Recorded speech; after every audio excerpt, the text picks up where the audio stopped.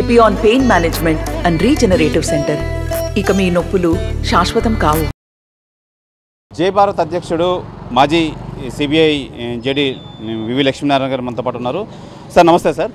Sir ఈరోజు మీరు సిపిని కలిశారు. సిపిని కలిసి మీకు థ్రెట్ ఉందని చెప్పి ఒక కంప్లైంట్ ఇవ్వడం జరిగింది. ఏం చెప్తారు సార్ దానికోసం? మనం చట్టాలు తీసుకుంటే సెక్షన్ 39 సిఆర్పిసిలో ఇటువంటి ఇన్ఫర్మేషన్ కానీ ఇటువంటి విషయాలు తెలిస్తే ఒక బాధ్యత కలిగిన పౌరుడు సంబంధిత పోలీసు విభాగానికి తెలియజేయాల్సిన బాధ్యత ఉందని మన మీద ఒక బంధనం ఉంది. కాబట్టి ఈ విషయం నాకు తెలిసింది. కొంతమంది వ్యక్తులు వాళ్ళ బాసెస్ ఎవరైతే ఉన్నారో వాళ్ళు నేను సిబిఐలో జాయింట్ డైరెక్టర్గా పనిచేస్తున్నప్పుడు వారికి నేను అసౌకర్యం కల్పించాను అని చెప్పేసి, ఇది మంచి తరుణం, ఈ ఎలక్షన్ టైంలో ఈ వ్యక్తిని కనుక మనం లేపేస్తే బాసులు ఆనందపడతారు, బాసులకు మనం రిటర్న్ గిఫ్ట్ ఇచ్చినట్టు ఉంటుంది. కాబట్టి అందరూ రెడీగా ఉండండి, మేము ఆదేశాలు ఇస్తామని చెప్పిన ఒక మీటింగ్ జరిగిందని అందులో పాల్గొన్న కొంతమంది వ్యక్తులు నాకు ఇన్ఫర్మేషన్ ఇవ్వడం జరిగింది. ఆ వ్యక్తుల బ్యాక్గ్రౌండ్ చెక్ చేశాను. చెక్ చేసి వాళ్ళ సోషల్ మీడియా ప్రొఫైల్స్ ఇవి చూస్తే అందులో కొన్ని విషయాలు నాకు తెలిసి. సో ఇది ఆషామాషి విషయం కాదు. చాలామంది ఇలా మీటింగ్ చేసి తిట్టుకుంటుంటారు, కొట్టుకుంటుంటారు, ఇలా అంటుంటారు. కానీ ఏ వ్యక్తి అయితే మాట్లాడాడో ఆ వ్యక్తి మాట్లాడిన విషయాల్లో కొద్దిగా డెప్త్ ఉంది.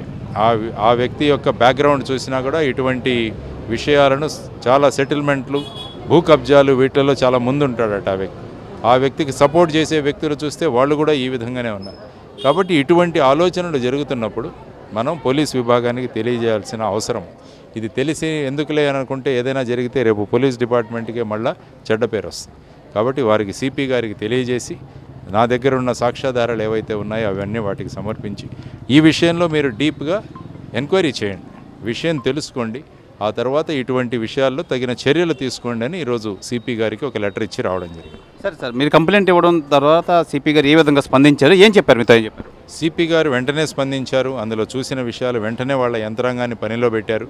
ఆ వ్యక్తి యొక్క మిగతా వాళ్ళకు సంబంధించిన వ్యక్తుల యొక్క బ్యాక్గ్రౌండ్ చెక్కింగ్ ఇవన్నీ కూడా మొదలయ్యాయి వాళ్ళు. ఎందుకంటే నేను అక్కడ కూర్చుండగానే వారు వాళ్ళ స్టాఫ్తో మాట్లాడుతున్నట్టు కనిపించింది.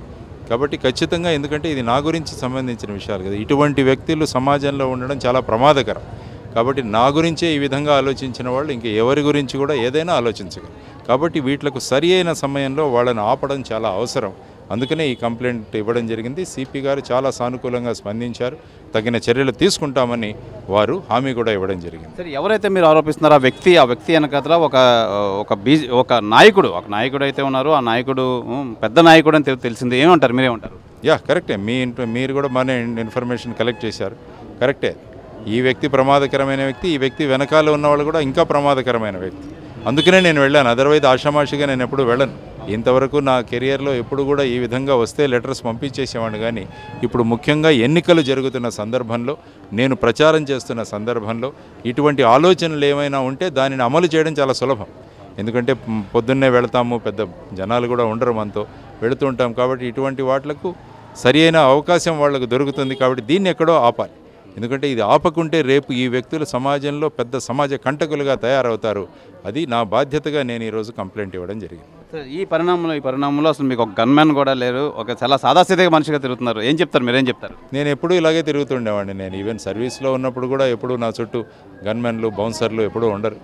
ఎందుకంటే ప్రజల్లో మమేకం అవ్వాలి, ప్రజల్లోకి వెళ్ళాలి. మనమే ఇంత గన్మెన్లో తిరిగితే మరి ప్రజలు ఎక్కడ మనల్ని కలవగలరు అన్నది సర్వసాధారణంగానే. ఈవెన్ సిబిఐలో ఉన్నప్పుడు కొన్ని లెటర్స్ వచ్చాయి. ఆ తర్వాత 2 గన్మెన్లు నాకు ఇవ్వడం జరిగింది.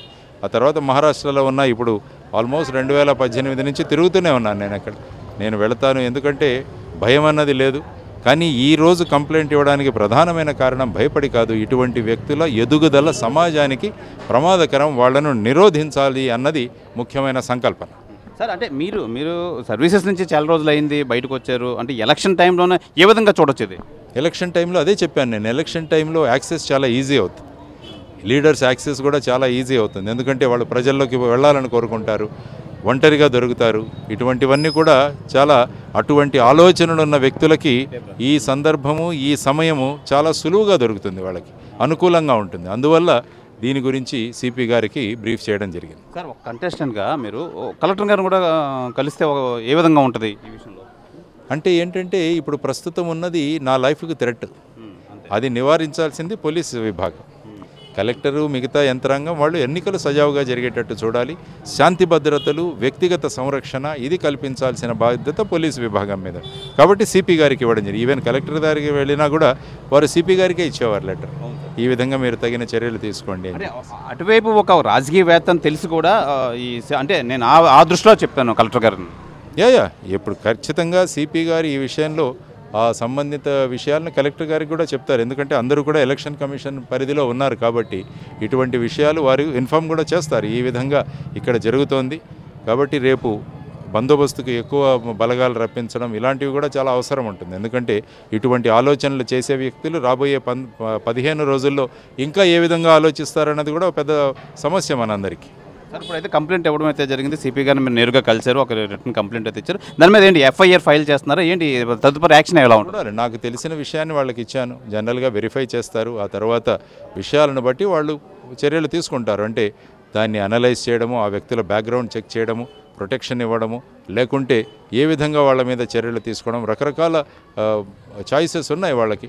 ఆ విధంగా వాళ్ళు యోగ్యమైన నిర్ణయం తీసుకుంటారని నేను అనుకుంటున్నాను. అంటే ప్రధానంగా ఇప్పుడు మీకు వచ్చిన ఇన్ఫర్మేషన్ వరకు ఎవరు అసలు ఏంటి ఏం చెప్తారు మీరు దానికోసం, అసలు లోతుగా ఏం చెప్తారు మీరు? ఎందుకంటే వ్యక్తుల పేర్లు తీసుకొని వాళ్ళ ప్రైవసీ డిస్టర్బ్ చేసేంత ఇది లేదు. దానివల్ల పొలిటికల్ అడ్వాంటేజ్ కూడా తీసుకునేంత ఆ స్థాయికి నేను దిగను. కానీ ఒక సమాజంలో ఈ విధంగా ఆలోచించే వ్యక్తులు ఉన్నారు, వాళ్ళను సపోర్ట్ చేసే వ్యక్తులు ఉన్నారు, వాళ్ళ వల్ల రేపు సమాజానికి ప్రమాదం జరుగుతుంది అన్న ఉద్దేశంతోనే ఇది ఇవ్వడం జరిగింది ఈ కంప్లైంట్. లేకుంటే మీ అందరికీ ఆ వ్యక్తుల పేర్లు ఇవి చేసేసి పెద్దగా హంగామా చేసి ఉండొచ్చునో. ఒక బాధ్యత గల పౌరుడిగా నేనేం చేయాలన్నది మాత్రమే ఈరోజు చేయడం జరిగింది. సార్ ఏం చెప్తారు ఇంకా మిగతా వాళ్ళ గురించి మాట్లాడితే? అసలు ఈ విధమైన దుశ్చర్యలు పాల్పడితే అసలు ఇది కరెక్ట్ కాదు కదా, ఏం చెప్తారు మీరు? కరెక్ట్ కాదు. యాక్చువల్గా ఇటువంటి ఆలోచనలు చేసే ధైర్యం, ఆలోచనలు రాకుండా చేయాల్సిన బాధ్యత మన శాంతి భద్రతలు ఎవరైతే ఉన్నాయో అంటే పోలీస్ విభాగం కావచ్చు, ఇంటెలిజెన్స్ కావచ్చు, వీరందరి యొక్క బాధ్యత. కాబట్టి సరి అయిన టైంలో సరి అయిన చర్యలు తీసుకుంటే ఇలా ఆలోచించే వ్యక్తులు భవిష్యత్తులో ఇటువంటి ఆలోచనలు చేయకూడదు అన్న విధంగా వీరిని చూసి ఇంకా ఒక 10 మంది కూడా ఈ విధంగా చెడిపోయే అవకాశం ఉంది. కాబట్టి ఇటువంటి వ్యక్తుల మీద సరి అయిన సమయంలో నిర్ణయం జరిగితే ఇటువంటి 10-15 వ్యక్తులు కూడా వాళ్ళు కూడా అలర్ట్గా ఉంటారు, ఇటువంటి ఆలోచనలు చేయరు అన్నది ముఖ్యంగా ఇందులో గమనించాల్సిన విషయం. సార్ ఫైనల్గా మీరు ఏ విధంగా ఎలా డౌట్ వచ్చింది, మీరు ఏ విధంగా కనుగొన్నారు? ఇన్ఫర్మేషన్ వస్తుంటుంది. మన చెవులు మనం తెరుచుకొని ఉంటే అనేక విషయాలు మనకు తెలుస్తాయి. సో ఆ తెలిసిన విషయమే. అప్పుడు ఆ కేసుల్లో కూడా ఒక జడ్జి గారి మీద వచ్చిన ఇన్ఫర్మేషన్ నా చెవులు తెరుచుకొని ఉన్నాను కాబట్టి ఆ ఇన్ఫర్మేషన్ వచ్చింది. కాబట్టి ఇందులో కూడా ఇన్ఫర్మేషన్ వచ్చిన తర్వాత ఇమ్మీడియట్గా వెంటనే పరిగెత్తలేదు, దాన్ని వెరిఫై చేసి ఆ వ్యక్తి సోషల్ మీడియా ప్రొఫైల్ తీసింది ఆ వ్యక్తి ఎవరెవరితో సన్నిహితాలు ఉన్నాయి, ఎవరెవరితో స్నేహం ఉందన్నది కూడా వెరిఫై చేసి ఆ స్క్రీన్ షాట్లన్నీ తీసి అవన్నీ కూడా నా కంప్లైంట్తో జోడించి సిపి గారికి ఇవ్వడం జరిగింది. ధన్యవాదాలు. Thank you. ఇది జై భారత్ పార్టీ అధ్యక్షుడు వి లక్ష్మీనారాయణ అయితే తెలియజేస్తున్నారు. తన మీద వచ్చిన ఇది ఏదైతే ఈ ఎపిసోడ్ అయితే ఉందో వీరంతా మొత్తం దీన్ని క్షుణ్ణంగా పరిశీలించిన తర్వాత వాళ్ళ ఫేస్బుక్ అకౌంట్లు అయితే పరిశీలించి అది వాళ్ళకి ఎవరెవరితో లింక్ ఉంది, ఎవరెవరితో ఏదో ఉందని చెప్పి అంతా పక్కగా కనుక్కొని మా దగ్గర ఉన్న ఆధారాలతో నేను ఈరోజు సిపి గారిని అయితే కలవడం అయితే జరిగింది. దీని తదుపరి యాక్షన్ ఏం చేస్తారో, ఏ విధంగా చూస్తారని చెప్పి మేము కూడా దాన్ని ఫాలో అయ్యి దాని తర్వాత ఏం యాక్షన్ తీసుకోవాలనేది మళ్ళీ మేము తెలియజేస్తానని చెప్పి జై భారత్ పార్టీ అధ్యక్షుడు వివి లక్ష్మీనారాయణ అయితే తెలియజేస్తున్నారు. కెమెరామెన్ సాగర్తో శివరామకృష్ణ, RTV, విశాఖపట్నం నుంచి. జేఈఈ మెయిన్ 2024 ఫలితాల్లో సత్తా చాటిన రెజోనెన్స్ ప్రతి సబ్జెక్టులో 100% రిజల్ట్. హైదరాబాద్ లో ఉన్న ప్రతి క్యాంపస్ నుండి 99% రిజల్ట్. అంతేకాక కేవలం హైదరాబాద్ క్యాంపస్ నుండి 750 మంది విద్యార్థులను జేఈఈ అడ్వాన్స్ కు ఎంపిక చేసిన ఘనత రెజోనెన్స్ హైదరాబాద్ సొంతం.